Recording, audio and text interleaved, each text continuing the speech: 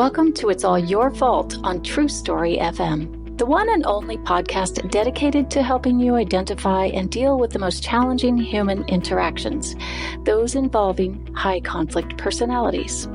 I'm Megan Hunter, and I'm usually here with my co-host Bill Eddy, but he's engaging in nature therapy at the moment, so he'll be back next week. We are the co-founders of the High Conflict Institute in San Diego, California, where we focus on training, consulting, coaching, classes, and educational programs and methods, all to do with high conflict. So, we have been very busy. This time of year, September, October, we do a lot of training, which means a lot of traveling. In fact, I've been to California, I think 3 times, Washington, D.C. twice, Boston once. So yeah, it's been busy. And Bill's been on the road and teaching at Pepperdine and doing all kinds of things. So it's good for him to take a little nature therapy, and me too. All right, today is our Asked and Answered episode where I'll be answering the questions that you, our faithful listeners, have submitted.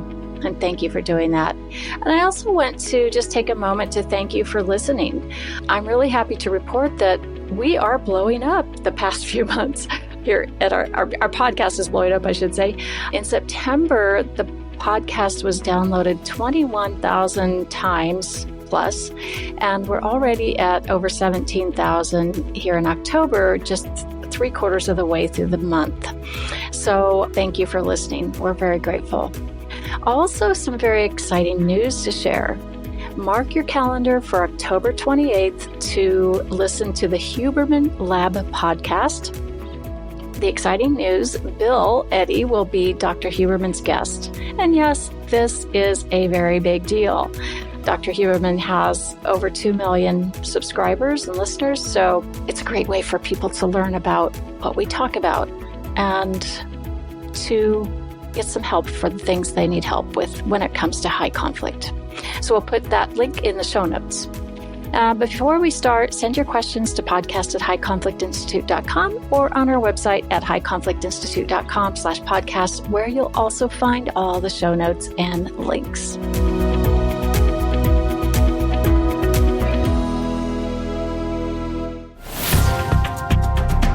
Let's get started with Asked and Answered. You've submitted quite a few questions, and we've selected 4 today. And we're going to start with this one. I am over 50. I realize now that my whole life, say after age 21, that I have been a high conflict person. I want to change. I don't want to be a high conflict person. I grew up in a very dysfunctional, DV, narcissistic Indian family. I was a perfect daughter and always saying sorry and patching up sibling rivalry. We don't trust each other. Siblings are the worst enemies of each other. Mother was depressed. Father was controlling. My mother used to say I would get along with anyone, but I became the worst high conflict person. I became a successful professional. Then an arranged marriage to a schizophrenic guy toppled the apple cart. I had a child, left India with my child when I was 30. I did everything to hurt my parents or go against Indian culture. The need to be approved, external validation, low self-esteem, yearning to be that lovely person got me more into high conflict behavior. My family back home was exploiting me for financial benefits. I got married again. Being Indian, it gave me satisfaction that I now had my honor back. I could get over my shame. So I started looking for justice. My high conflict personality behaviors have caused me troubles. I don't want to be this person. I have a loving, nurturing side. I have a loving husband who has helped me change. My son is loving and patient. I want to put the past behind and be a better person. I want to get rid of the high conflict person that I am. Where can I find tools and ways to change? All right, this is a question that gives probably all of us goosebumps, right? First, kudos to you for recognizing where you are in your life and what's happening with your relationships. Look, when we grow up in dysfunctional families and cultures, right? Not just the family, but it can be the culture surrounding us. We can tend to pick up some of those things. And I want you to think about how you look at yourself and give yourself a little bit of a break. It sounds like you've maybe move past some of the shame that you had. But there can be more to do. Give yourself some credit for, first of all, managing to be kind and patching up those sibling rivalries when you were young. You were destined from the beginning, it sounds like, to be a peacemaker. So you have that within you. Now you have some things left in you that dysfunctional families leave within us. They get our wires a little bit tangled sometimes. And I want you to think about giving yourself a break for those. It's what I would like to think of as a recipe. We're all a recipe. It doesn't give us excuses because we maybe grew up in a dysfunctional family, but it does explain maybe why we have some of the behaviors that we do. The great news is that you have recognized that there are some behaviors you have that you don't like. That's a huge first step. The true high conflict personality does not understand this. So I want to help you understand that at first, that you are having insight into your own behaviors, right? And into the way you live. So that means great news. You can work on those. You can role model what you want for your son. You can improve these relationships. So how do you put the past behind? How do you become a better person? How do you get rid of any high conflict behaviors that you have? I would say, number one, get some therapy. It can't hurt, right? Just to be able to talk through what some of those things are that you'd like to change. Do you have trouble regulating your emotions? If so, there is a lot of help for emotion regulation. Do you have all or nothing thinking? Well, that's something you can challenge yourself on. If I have an important decision to make, am I being all or nothing with my solution, or am I using flexible thinking? Meaning, okay, do I have some options here? Let's write down all my options. Now, do any of these options, are any of them high conflict? Am I blaming someone in this? Is it unrealistic? Is it coming from a strong emotion or feeling? Is it unreasonable, right? Is it extreme? Cross out any of those, and what you're left with is something most likely pretty reasonable and will be flexible thinking instead of all or nothing thinking. Okay. If you have extreme behaviors, you haven't said if you do or not. Sometimes growing up in a dysfunctional family, we don't know what an extreme behavior is and isn't. So maybe talk with a therapist about that, or talk with a trusted friend about that, or talk with your partner if that's the kind of relationship you have. And just being vulnerable within that relationship and saying, look, I want to change. I am changing just by having this conversation. And let's set up a way we can work together and we can help each other so that I can, clean up the things that I need to clean up. Because believe me, you can improve those things. Once you start practicing them, they become a matter of muscle memory, and it starts to just shape who you are, and you will continue to respond that way. I mean, it takes work for sure. It takes some discipline and making decisions, but it sounds like you're on the right track, and you'll be able to continue your wonderful relationship with your son and role modeling those things for him. If you ever have a hard time with decisions you're making or managing your emotions, perhaps picture your son and what you want him to be like in the future. Would I want him to behave this way when he's 25, when he's 30? Would I want his future partner to behave this way? That can sometimes curb our own behavior and help us kind of come into alignment with what we want for ourselves. But I would highly recommend, talking to a therapist maybe that deals with, families that works with trauma, and see if there's anything you need to work through on that regard. And if not, just keep trying to manage your emotions, have moderate behaviors, flexible thinking, and check yourself. Okay. And by the way, we are working on a course that we'll be offering here at High Conflict Institute to help with people in your exact situation. And thank you for that question. All right, now let's move on to question number 2. I found your podcast kind of desperately looking for answers about how to manage life and marriage. My husband and I have a child just under age 2. We cannot stop fighting. It's less frequent, but more intense lately. Everything just builds as we try to keep peace. I will spare you the whole backstory because I'm sure the way I will tell it is dishonest and I will frame myself as a victim. I was diagnosed with bipolar about a year ago, and BPD, and I assume here, listener, that you mean borderline personality disorder instead of bipolar, had been a suggested diagnosis on and off for me since I started seeking mental health treatment about 10 years ago. I had an extremely bad time postpartum, and our relationship was very volatile and not helpful. I attempted to take my life twice, both went on medications that seemed to make me even worse, but doctors kept wanting to try again. I am 100% sure I am a high conflict person. My husband might be too. We have a couples therapist, but we can't seem to use that resource well. I start screaming even more quickly than I normally would, and he quits speaking, claiming just like at home, he won't talk because he will be attacked.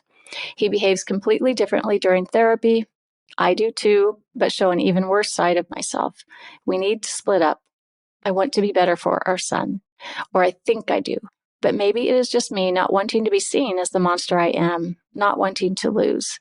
I feel completely hopeless, though, like even the responsibility I take in trying to accept my part in things is fake, and me manipulating the situation even more. I've struggled with volatility and unstable relationships for my entire life, and I've never thought it was just me being a victim. I've always felt that when it comes down to it, I am to blame. I don't know how to move forward in a way that protects our son from me, other than leaving slowly so I disappear from his life. The only reason I am not doing this is that I don't trust my view of his father.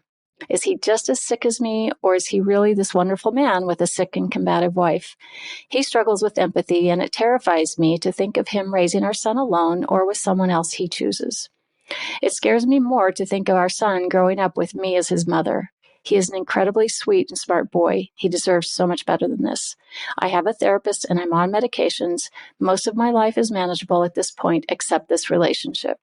I'm trying to hang on, but it seems every choice is going to damage my son and leave him with awful parents. What should I do to minimize damage to him, seeing that he has one, possibly two, high conflict people for parents? How do we split up and co-parent when we can't communicate at all? It seems impossible. So first of all, I'm really saddened to hear that you're experiencing something so challenging, and this is pretty common. So much of what I said in the first listener's response, or the response to the first listener's question, applies here as well. It's great that you have a therapist, and I really encourage continuing that relationship, and maybe ask your therapist about dialectical behavior therapy, if that might be something that would be good for you. In that type of therapy, there's, you can learn to manage emotions and have flexible thinking, things like that. So again, like the first question, I applaud you for thinking about this and for asking the questions and reaching out. Huge first step. Huge second step is going to therapy, right? So I do want to encourage you that you can get better. It's not impossible. It takes time and commitment. So take a look maybe at dialectical behavior therapy as a possible option. Talk to your therapist about that.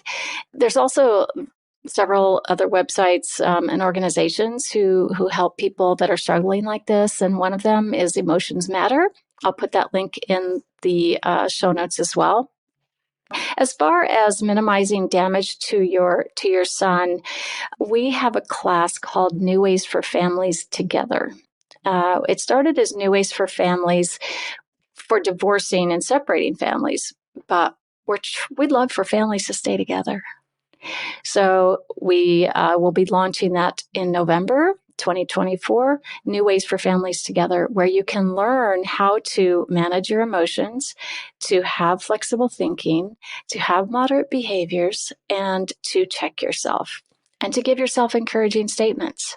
Those are the things that will help you manage yourself right? So that your relationships can perhaps stabilize a little bit. At least you'll be doing everything you can to make that happen. Now, your partner, husband, spouse, is, may be impacted by that and may not. But those are things you probably should talk through with your therapist. And then if you were to split up and try to co-parent, the New Ways for Families course that's for divorcing and separated families would be a very good resource for you to learn how to co-parent together effectively. I hope your family is able to stay together, but obviously that's up to you and your family's decisions. You asked the question, is my child's father just as sick as me, or is he really this wonderful man with a sick and combative wife? The brain is tricky, right? I like your question because it just shows that you're vulnerable and you're open to change, right? And to figuring this out. Again, talk to your therapist, see if you can get, these answers there, and ask honestly. You can also kind of self-evaluate. Take a look at the articles we have on, what is a high conflict personality? What are the traits of that pattern of behavior? We don't have to label, we don't have to diagnose, but we can learn how to influence conflict, how to de-escalate it. And those are all we have lots of resources for that on our website. So it is possible. What I mean by possible is the perfect outcome possible. It depends what your definition of a perfect outcome is, right? So just know that you can get better. Thank you for that question, and I wish you the best. I'm going to take a short break, and I'll be back to respond to another question or two.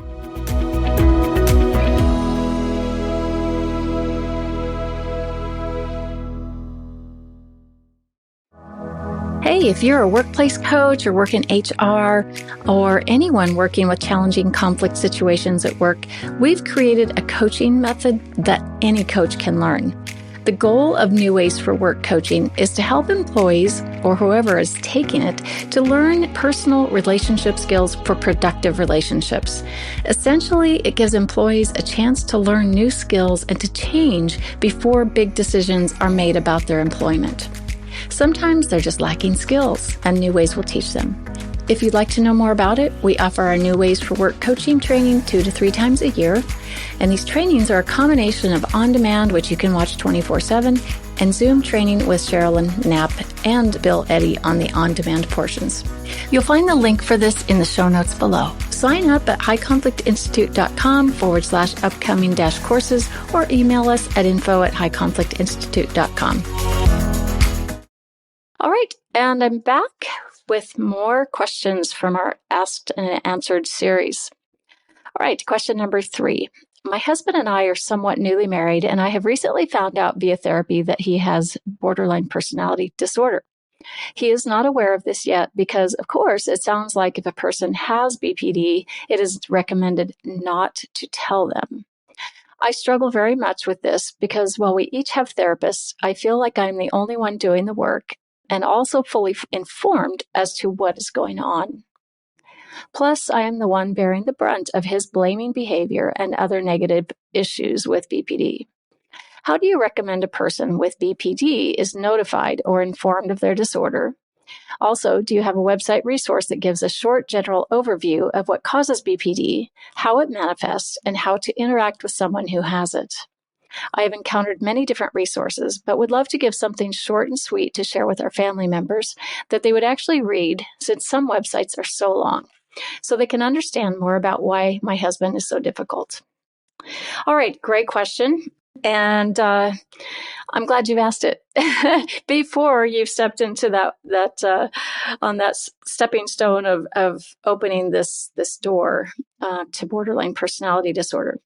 So first of all, it sounds to me like perhaps your therapist has let your husband or has suggested this, or perhaps it's his therapist has diagnosed it. I'm not sure. Well, it sounds like he hasn't been diagnosed. Okay, so you feel like you're the one doing the work. So how do you recommend a person is notified or informed? So we do not recommend notifying that person or informing them that they have borderline personality disorder, right? If you do that, it's going to potentially get you in some hot water, right? Because no one wants to hear that they have a personality disorder. Now, after someone gets a diagnosis, often, especially with borderline, there'll often be a relief because, wow, I finally understand why my life is so chaotic. I understand why relationships are so hard for me. But until that person discovers that through their own self-discovery or therapy, or reading online, which is common, they aren't going to want to hear from you that they have borderline personality disorder. So if I were you, because you have a therapist, I think it would be a good idea to talk to the therapist about how you would go about doing that. But definitely don't put yourself in that place. It can escalate the conflict. It could, cause the person to be very confrontational and just worsen it. So, part of this is you working on setting your own boundaries, seeking professional help. We have some resources on our website. I'll put in the show notes that, can help you. And we just don't want to make things worse. There's a book called The Big Book on Borderline Personality Disorder by Sharina Rooney.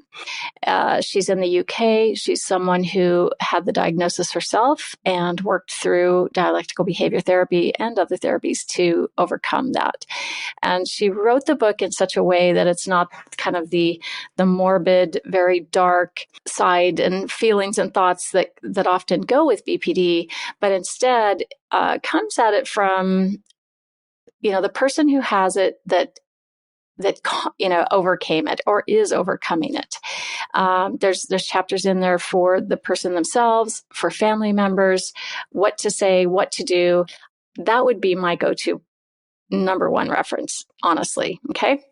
There's several other organizations, Hope for BPD, NAMI, NEA BPD. So I'll put all those links in there.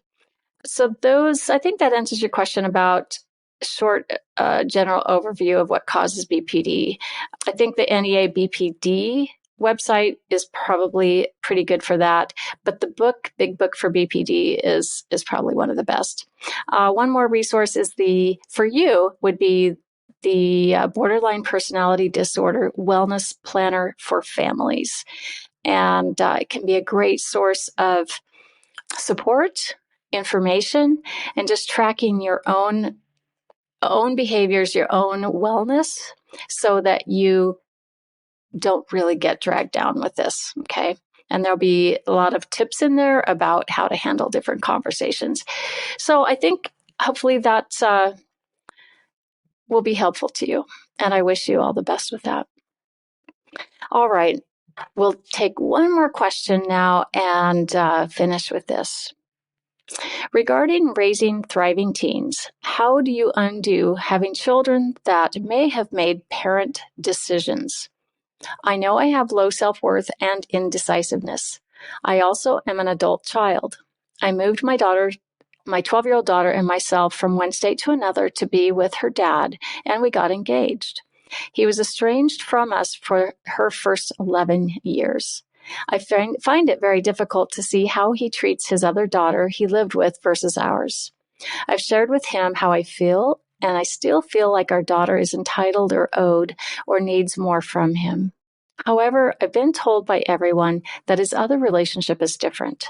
I still feel like he chooses his other daughter and his soon-to-be ex-wife over me and our daughter. We are currently not talking as of recently. We are not living together for 4 months because he is scared his divorce won't go through smoothly with us living together, and I feel and need different things he isn't able to do, like talk, share, and problem solve when there are issues. I feel disconnected and abandoned all the time. I also closed my child support a year ago and don't get any help now, and I feel guilty or in fear to ask for help as he is struggling too. I need help to figure out how to proceed. All right, well, that's a tough one.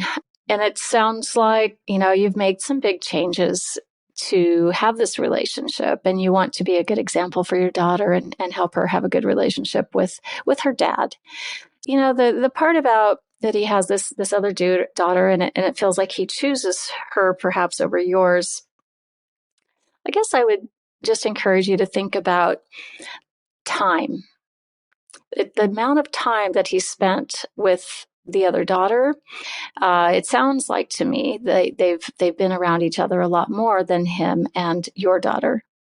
In that case, you just have to think about the amount of time it takes to create relationships, to create memories, to forge bonds, to learn to build trust. So his other daughters probably had that for quite some time, where for your daughter, this is like kind of a fresh start, right? So that is going to take time. Now, some people will be able to kind of solve that over time, and other people, it may not be resolved, and a lot of that is going to be up to him. And that puts you in a tough position. I would suggest that, you get some support where you can. If you can go to therapy and, talk about some of these things and get some ideas outside of perhaps where you are and what you're thinking. There's also some very good step family coaching, and I'm going to put a link in the show notes to a really great organization for that. They do a lot of coaching for step families. And even though perhaps you're not married yet, you are in a blended family. So I think that could be a pretty useful resource for you. And so, do some things to work on yourself, do some things to work on your daughter, helping her not, or to remember that she is not the parent, and that you need to be making those decisions, and it's your responsibility, and that you're going to do that, and that you're going to role model good decision making for her. You're going to role model how to manage your emotions, how to have moderate behaviors, how to have flexible thinking, how to check yourself. Low self-worth, you mentioned that, and being indecisive. Again, a good therapist or a good coach can help you with some of that.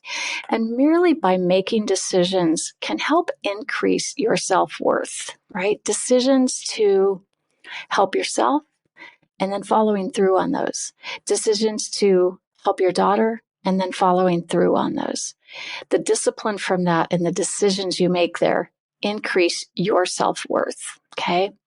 So self-worth isn't something anyone else can give you. That's why I would encourage you to find some good counseling and see where you can go, counseling or coaching. I'll put some links in the show notes, and I wish you the very best. Think about you. And like I said, to respond to one of the other listener questions, think about what you would want for your daughter when she's your age. Would you want her to have this low self-esteem? I bet you don't. Would you want her to be indecisive? I bet you don't. So role model the opposite to her, right? And just keep that in mind as you make these decisions for yourself and for her.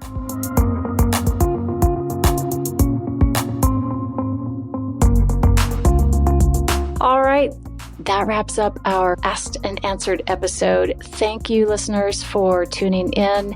Next week, Bill will be back for our final episode of the 5 Types of People Who Can Ruin Your Life series, this time focusing on narcissistic personality disorder and domestic violence. That will wrap up that series. Actually, we were going to have that today, but with Bill being gone, we weren't able to do that. So we switched it around.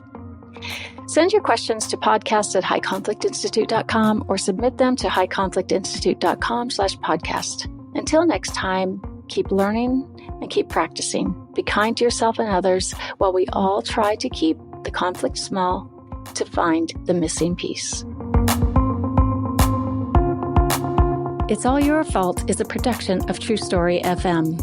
Engineering by Andy Nelson. Music by Wolf Samuels, John Coggins, and Ziv Moran.